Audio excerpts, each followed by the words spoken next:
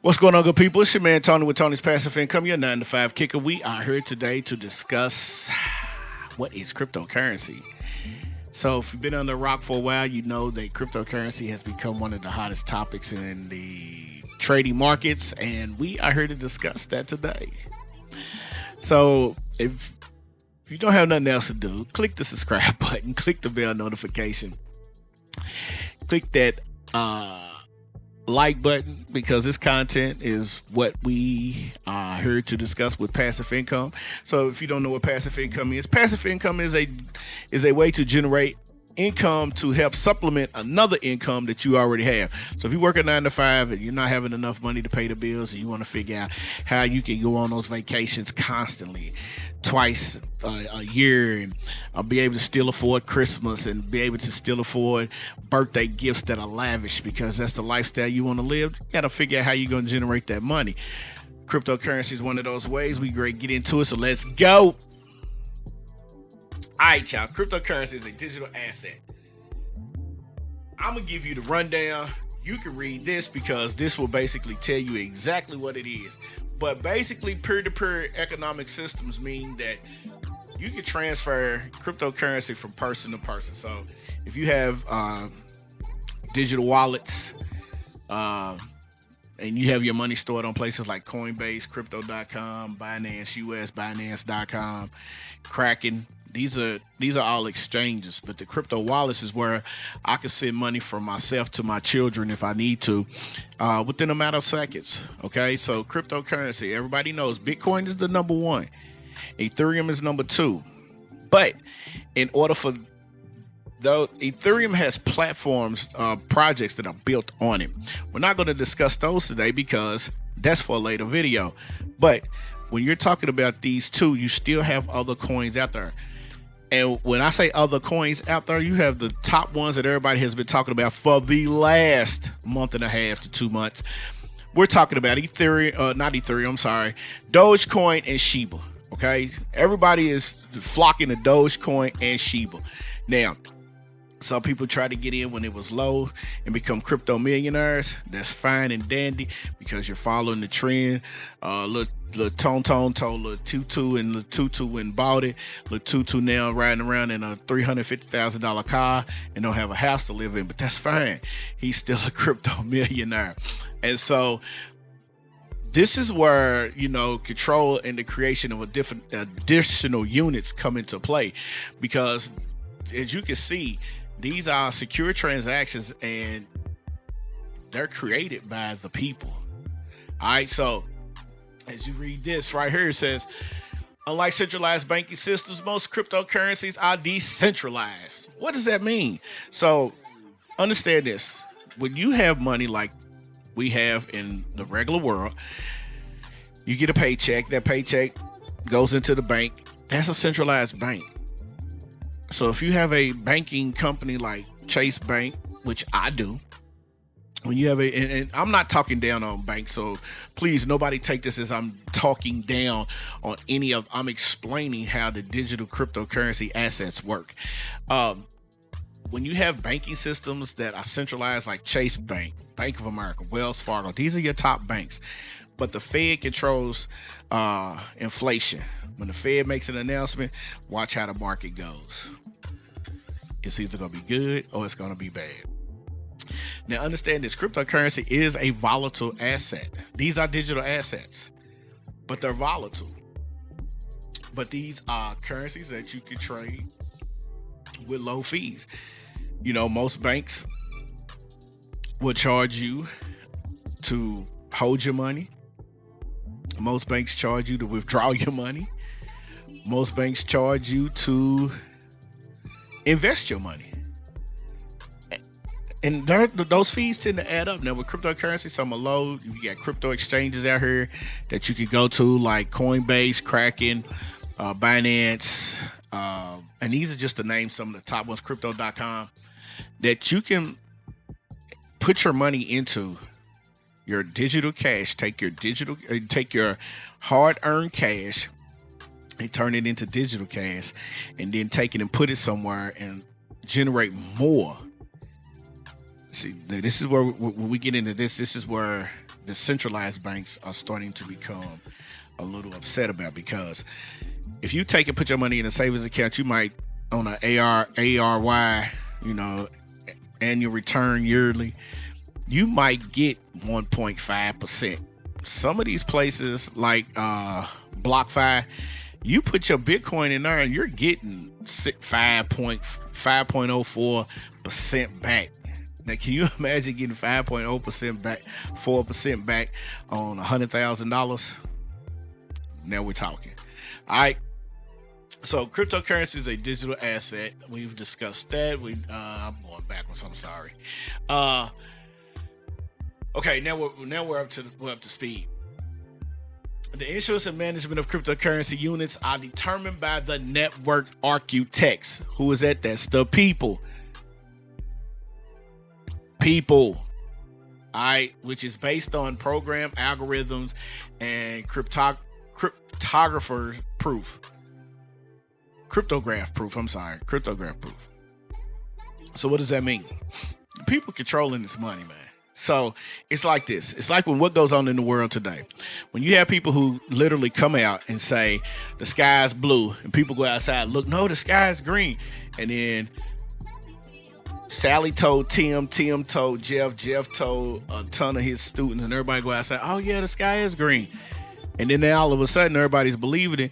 And if you go and buy a stock and the sky is green, it goes up. But the people control how digital currency moves. So again, that's what you got to understand. They control that.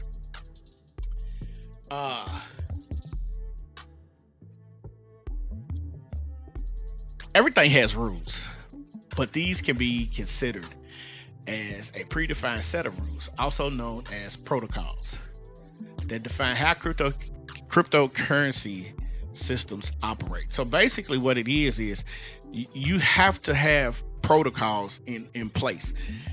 And again, people decide what the protocols are. Now, there's no one who controls the entire system, but these folk just tend to, you gotta have rules. If not, the Wild Wild West to be just all over the place. It's all over the place now, but still, you have to have these rules, okay?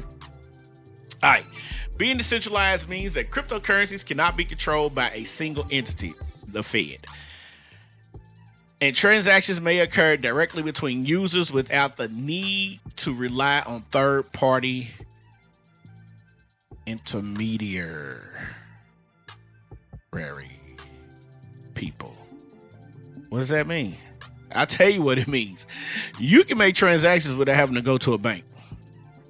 Period. That deads that whole conversation. That's it. That's exactly what that means. You don't have to go to the bank to make transactions. If my wife is in France and I'm sitting here in my office and she calls me, she says, honey, I'm a little short, I need some money. If I go to wire her some money from a bank, it might take 3 to 5 days.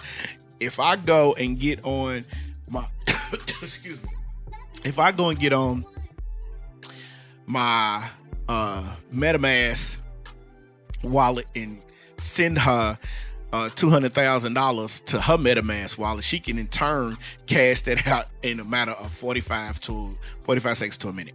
All right, that's simple. Doesn't take that long because you're transferring money, crypto, over a digital network. All right. Now they do verify you got that bread, but you can do that. However, many cryptocurrencies are managed and developed by private companies and foundations, so they are varying degrees of decentralization. People, like I said, people still create this, all right? But we have to put these currencies on a technology chain called blockchain.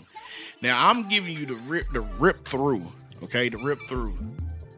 It means you can read this, but we're going to talk about blockchain. So blockchain, boom. That's the second major part of cryptocurrency. Okay, you got Bitcoin, you got Ethereum, but all of these have to go through blockchain. Now, the quick rundown on blockchain is where all transactions are kept on a ledger. So everybody knows if Sally from the south sends Timmy up north 200,000 in Bitcoin. There's a transaction. Okay, if there is a coin that's being created, there is a transaction recorded in a ledger. That's where blockchain comes in, because all of these transactions are recorded and kept, so people can check. When you have these peer-to-peer networks, they can check to make sure that Sally is who she is and Timmy is who he is, and that's how that goes. Okay, now it consists of a linear chain of multiple link blocks that are cryptographically secured. What's that mean? That means blockchain is probably one of the hardest networks to break. Now, you can get hacked on some of your wallets, you can get hacked on your computer and all of that. But blockchain, man, they go through so many. There are so many secure protocols with blockchain. So basically what you're looking at is, hey, try if you want to. I've yet to hear in the 5 years that I've been, studying cryptocurrency, I've yet to hear of someone getting hacked on the blockchain ledger. Now, can you still have people go and check your stuff? Yeah, you can still have people check your stuff out, but I've never heard of anybody getting hacked. Maybe my ears are just not open to what's going on across the bridge, which is overseas. But hey, I know for a fact these decentralized digital ledgers is what they're working to. These are records, permanent records. So when you make a transaction, it's etched in, like they used to say, etched in stone. It's etched in a digital network. All right. The ledger distributed across all nodes in the network, making it highly resistant to modification. The first decentralized cryptocurrency, Bitcoin, was created in 2009. Remember, I said 2007, so I was off. By Satoshi Nakamoto. But here's the thing, nobody knows who this person is. He created one of the most, or they created, he, she, it doesn't make a difference. They created one of the most electrifying assets to come out, but nobody knows exactly who they are. But people are flocking to it. People have bought it, because if you haven't looked, Bitcoin is like 30,000. But there's a way that you can buy into Bitcoin, and we're going to talk about that in another video, because you don't just have to listen. You can buy fractions of Bitcoin and still get rich if that's what you choose to do. I'm in the long-term investing part of it. So, all right. So, as most cryptocurrencies, Bitcoin has a limited supply, which means that no more Bitcoins will be generated by the system after the max supply is reached. Usually, the total supply is a public information that is defined when the cryptocurrency is created. So, I think it's like so many millions of Bitcoin, 20-something million, 20-something billion, somewhere around there. Once it reaches that point, Bitcoin will no longer be mined. So that means there will be no one else mining Bitcoin. But that's a long way away. So basically, it's just giving you the rundown that everything has an expiration date. Now, among Bitcoin today, there are over thousands and thousands of different coins, different cryptocurrencies, also called altcoins or alternative coins. Remember I said Ethereum, Bitcoin was the original. Ethereum, you have USD Tether, you have Polkadot, you have, oh my God, if I keep going, my head, there's over 9,000. I was on CoinGecko this morning checking before I got up. There's over 8,442 coins that I was checking, trying to figure out if I wanted to trade today or not. So yes, I do trade, but that's something different. That we're preparing you for longevity, not shortgevity. All right. So as we come to a close, you have to understand this. To get more in depth to get a more in-depth look into the world of cryptocurrency and the technologies behind them, you have to click the subscribe button, because we're gonna dive into it each week. We're gonna talk about each week, with Bitcoin, Ethereum, blockchain. I will be posting videos that will talk about mining. I will be posting videos that will talk about strategies, because you can trade this and you can save this. Even though it's a decentralized system, they still follow some of the protocols of the United States, the World Banking Organization. Let me say that. It's just digital currency. It's what people are using over and over. Mark Cuban's using it. Ellen DeGeneres is using it. Hugh Harper has created his own wallet called the Black Wall Street wallet. You have Elon Musk. Tons of people are using cryptocurrency. You have rappers who are creating their own cryptocurrency. You have, and basically what they're doing is they're generating generational wealth. Okay? So understand this. It's like playing the stock market. You have dividends, you have options, you have regular stocks. Now you have cryptocurrency, you have foreign exchanges. All right? You have real estate investment. These are all paths to generational wealth. This is what you can leave to your people when your time has expired on this lovely planet that we call Earth. Okay? So, like I said, man, you're going to have to tune in to the rest of the videos that will be coming out each week. And when they come out, man, I hope I hope you gain a ton of value, because I plan on giving you a ton of value with everything that we do. So with that being said, like I said at the beginning, click the subscribe button, hit that bell notification, like the video if you like the content. I'm going to give you the rundown.